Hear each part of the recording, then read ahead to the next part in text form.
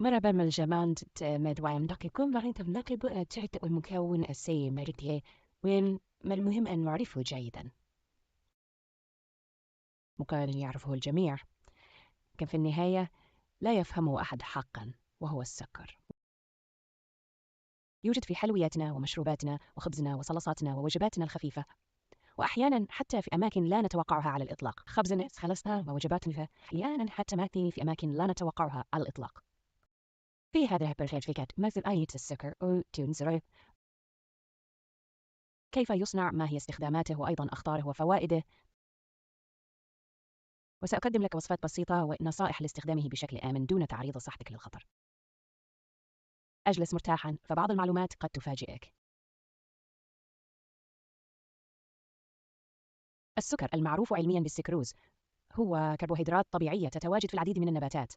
نجده في الفواكه، الخضروات، العسل، قصب السكر، الذرة. لك السكر الذي نستهلكه يوميا يستخرج غالبا من مصدرين رئيسيين. يجسن الأزفرسين داويس استواء. شمندر السكر يزرع في أوروبا. السكر يسكر من خير فورال سمون ميستام. ألمنيس نرغد بحفظ إن يمامة تبعد سوى سعالاتنا ويا الكميات النجيرة ممكن يتباليش كحنيس كبقى عن الهيكن إلحان سنة حاجة تبعد قليل. قصب السكر ينمو القصب في المناطق الحارة والرطبة. تشبه قصبة بام المليء الثمة وهس يحصد بالسكين أو بالآلات الثقيلة ثم يسحق لاستخلاص عصيره. شمندر السكات أقل غرابة وفعال بنفس القدر. يجري الحقول تحصد في أوروبا بطريقة مشابهة للبطاطس ثم تقطع وتسخن لاستخلاص السكر. بعد الاستخلاص يسخن العصير المحلى والمنقى ويتبخر ويتبلور على حبيبات السكر الأبيض الشهيرة. السكر موجود في كل مكان، ليس فقط في الحلويات، نجده في المشروبات والخبز الصناعي والزبادي، الصلصات، الأطباق الجاهزة، اللحوم المعالجة، البسكويت، المعلبات، الكاتشب وحتى بعض أنواع الجبن. في المطبخ يستخدم للكرميل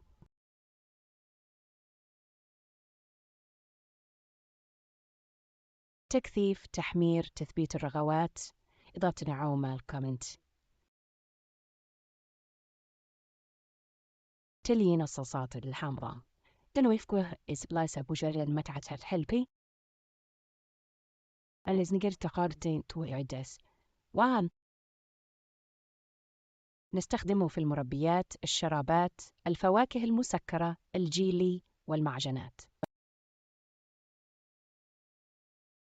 من الفواكه يمتص الماء ويمنع نمو البكتيريا.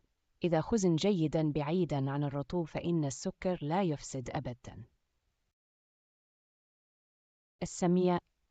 الفوائد: الحريقة من الخيار والفوائد: السوابي السكر يمنح الطاقة الفورية، يحتاج دماغنا إليها ليعمل ويدعم الجهد البدني، يحسن المزاج إذ يقلل من التوتر بجرعات صغيرة.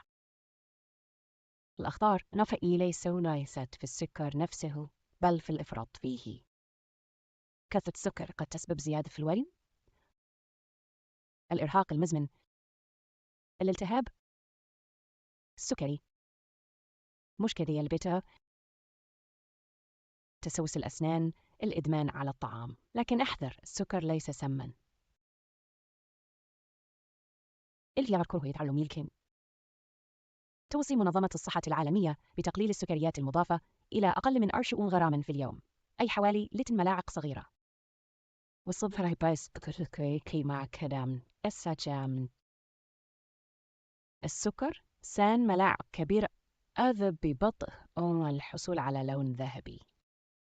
سكر فانيليا منزلي، ميفاليد جور من السكر، حبة فانيليا مفتوحة، أخلط واتركها لتعطر لمدة أسبوع. مربى سهل، كجم من الفواكه، جرام من السكر. إن اطبخوا لمدة 30 دقيقة في برطمان عن لتر من الماء جرام من السكر.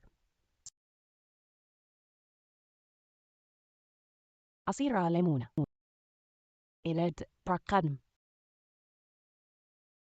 من الجيد معرفته السكر البني ليس دائما أكثر، غالبا ما يكون مجرد سكر أبيض ملون بالكراميل.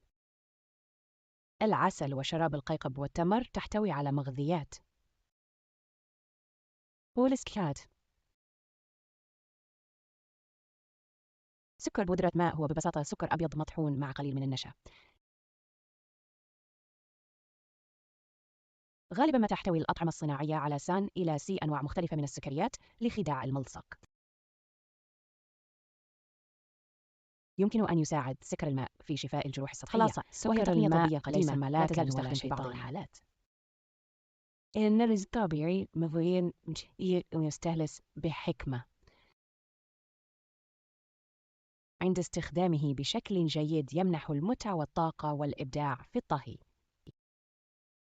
لكن عند استهلاك بكثرة قد يتحول إلى مشكلة حقيقية لصحتك.